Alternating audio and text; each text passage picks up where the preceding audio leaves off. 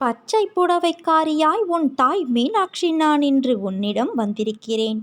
என் தங்கமான தங்கப்பிள்ளையே, உனக்குள் அச்சமும் குழப்பமும் அதிகரித்து வருகிறது. உன் கேள்விகளுக்கு விடை கிடைக்காமல் நீள்கின்றது. ஆனால் இந்த நாட்கள் நீ மௌனமாக இருக்க வேண்டிய நாட்கள். யாரிடமும் வம்பு வந்தாலும் நீ அதை தவிர்த்து மௌனமாக செல்ல வேண்டிய நாட்கள். உனக்கு கிடைக்க வேண்டிய எல்லா பதில்களும் நியாயங்களும் சில தினங்களில் உனக்கு கிடைக்கப் போகிறது. அதுவரை நீ கொஞ்சம் பொறுமையாக என்னுடைய நாம ஜெபம் செய்வது உனக்கு நல்லது. உனது எண்ணங்களானது காற்று அடங்காதவாறு அங்கும் இங்கும் சுற்றித் திரிகிறது. அதை நீ அடக்கி நேர்முகப்படுத்தினால் போகும் பாதையும் சேரும் இடமும் நல்லதாய் அமைதியான நிம்மதி தரும். வாழ்க்கையில் வேண்டாத விஷயங்களை தூக்கி கொண்டு நடக்கிறாய். பிறகு எனக்கு ஏன் இந்த சோதனை என்று புலம்புகிறாயே? உன்னுடைய எண்ணங்கள், யோசனைகள், அணுகுமுறைகளை மாற்று. உன் வாழ்க்கை அழகான பூங்காவனமாய் மாறும். உன் எண்ணங்களை பொறுத்தே உன் வாழ்க்கையும் உள்ளது. எண்ணங்களும் யோசனைகளும் உயர்நிலையில் இருந்தால்தான் உன்னால் வாழ்க்கை பந்தயத்தில் ஜெயிக்க முடியும். உன்னை ஜெயிக்க வைப்பது என் கடமை. உன்னோடு எல்லா நேரத்திலும் உன் அன்னையான நான் இருப்பேன். உன்னை ஏளனமாக பார்த்து நகைத்தவர்கள் முன்னிலையில் கொடியாய் நீ உயர்ந்து நிற்கப் போகிறாய். நீ நிம்மதியோடும் மகிழ்வான மனநிறைவான வாழ்க்கையை வாழப்போகிறாய் என் தங்கமே. மரங்கள் வளர்ந்து இலைகளால், காய்களால், கடிகளால், பூக்களால் இருக்கும் மரத்தை ரசிக்க யாருக்குத்தான் பிடிக்காமல் இருக்கும்?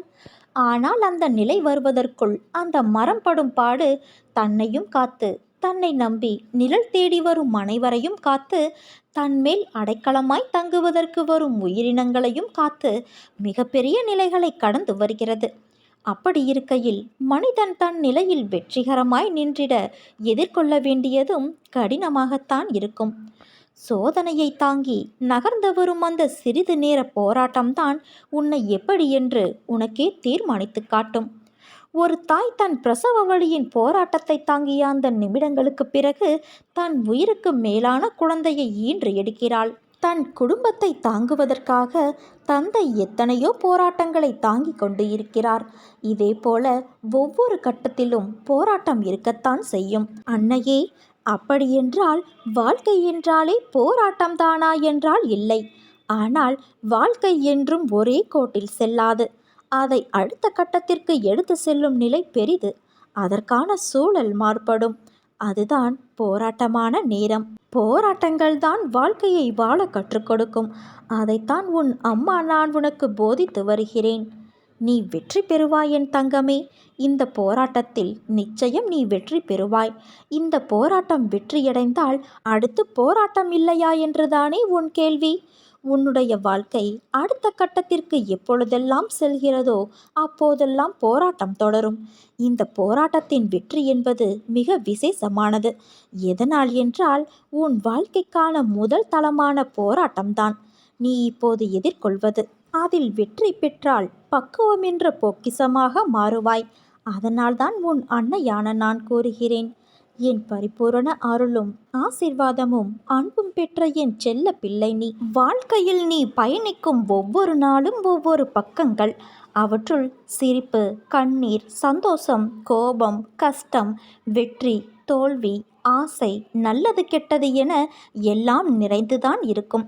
அந்த பக்கங்களில் நீ மட்டும் இடம் பெறமாட்டாய்.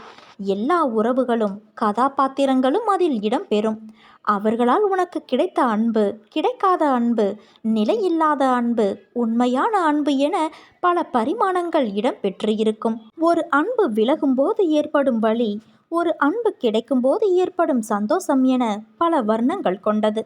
இவற்றையெல்லாம் அனுபவிக்க விரும்பவில்லை என்றாலோ, அனுபவிக்க விரும்புகிறேன் என்று சொன்னாலோ இவை ஒன்றும் உன் கையில் இல்லை. யார் யார் உன் வாழ்க்கையில் அமைய வேண்டும் என தீர்மானிப்பது உன் அன்னையான நான்.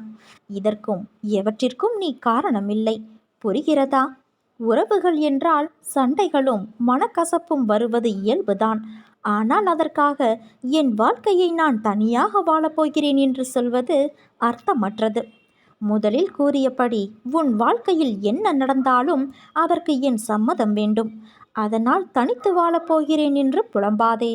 கைகளை சேர்த்து வைத்து அடித்தால்தான் கைத்தட்டலின் ஓசை கேட்கும். அதனால் தனித்து செயல்படு. ஆனால் தனித்து வாழ்வதற்கு யோசிக்காதே. நீ என் பரிபூரண அருளும் ஆசீர்வாதமும் அன்பும் பெற்ற உன்னதமான பக்தி கொண்ட என் பிள்ளை நீ. நல்ல எதிர்காலத்தை பொற்காலமாய் பெற்று நீ சந்தோஷத்தோடு வாழப்போகிறாய். உன் அன்னை மீனாட்சி தாய் நான் இருக்க பயம் ஏன் உனக்கு? நம்பிக்கையோடு இரு, நல்லதே நடக்கும்.